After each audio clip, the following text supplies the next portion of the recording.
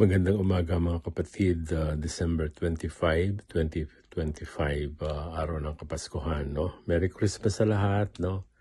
Maligayang Pasko sa ngalan ng Ama at ng Anak at ng Espiritu Santo. Amen.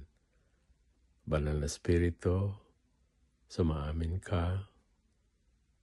Buksan mo ang aming mga puso sa iyong pagmamahal. Sa pangalan ng bugtong na anak na si Jesus. Amen. In the name of the Father, and the Son, and the Holy Spirit. Amen. So, December 25, simula ng Octave of Christmas, no?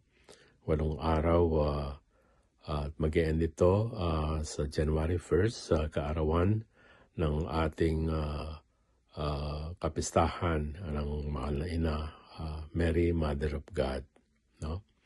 Ang ibig sabihin nito ay pwede nating i-summarize ang ating Advent journey sa salita ng Propeta Malakay, chapter 3, no?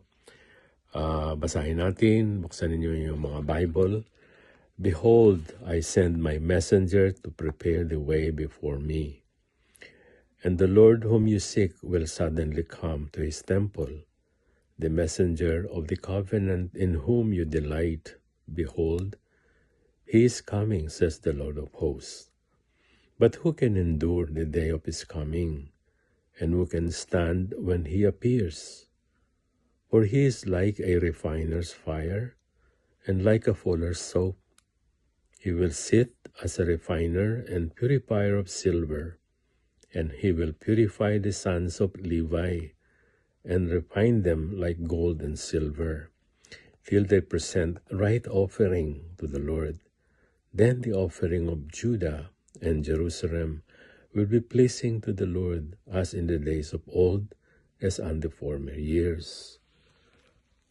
Mga kapatid, kahapon na pinag-usapan natin ng impurity ng pag-o-offer sa altar, no? Anong panahon ni Malakay. Ngayon ay merong tao na mag-herald, no? Na magpe-prepare sa pagdating ng Messiah. Ito yung ministry ni Saint John the Baptist, at he will come in the spirit of Elijah, no? So, but first, ang sabi, ang gagawin ng Messiah ay he's like a refiner's fire, no? Tagapaglinis, o tapos a fuller soap, no?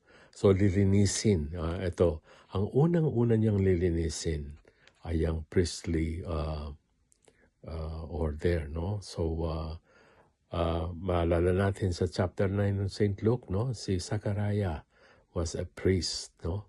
Ito yung ama ni St. John the Baptist.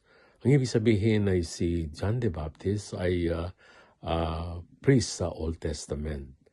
At i-herald niya yung pagdating ng Messiah. At ang Messiah ang gagawin ay pababanalin, no, ang pag-worship. Ang mga priests ay pababanalin. At pababanalin din ang bayan ng Israel. Tayo yon, no? Ang ating role din, meron tayong priestly role, no? As a kingdom priest. So pababanalin din yung ano na yon. Ngayon, gusto kong ibaling doon sa meaning ng pagdating ng Panginoon. Ano yung main reason bakit dumating ang Panginoon?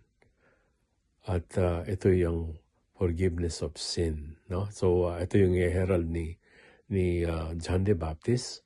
Ang kanyang gagawin ay baptism for repentance. Pero ito lang yung beginning, no? Yung repentance, yun lang yung beginning.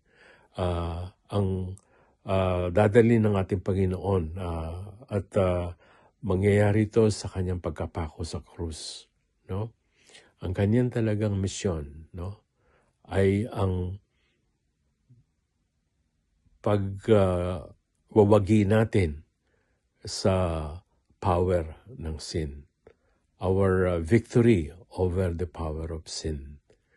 Napakalalim noon dahil ang ibig sabihin ay we will be given power, no, not to sin. So ang kaniyang pakay ay para maging banal, no, Hindi lamang sa ating pag-worship sa temple, but ang ating mga sarili ay pababanalin din. Ito ang kailangan natin dito sa Pasko, no? Our power to have victory over sin. Because sin enslave us, no?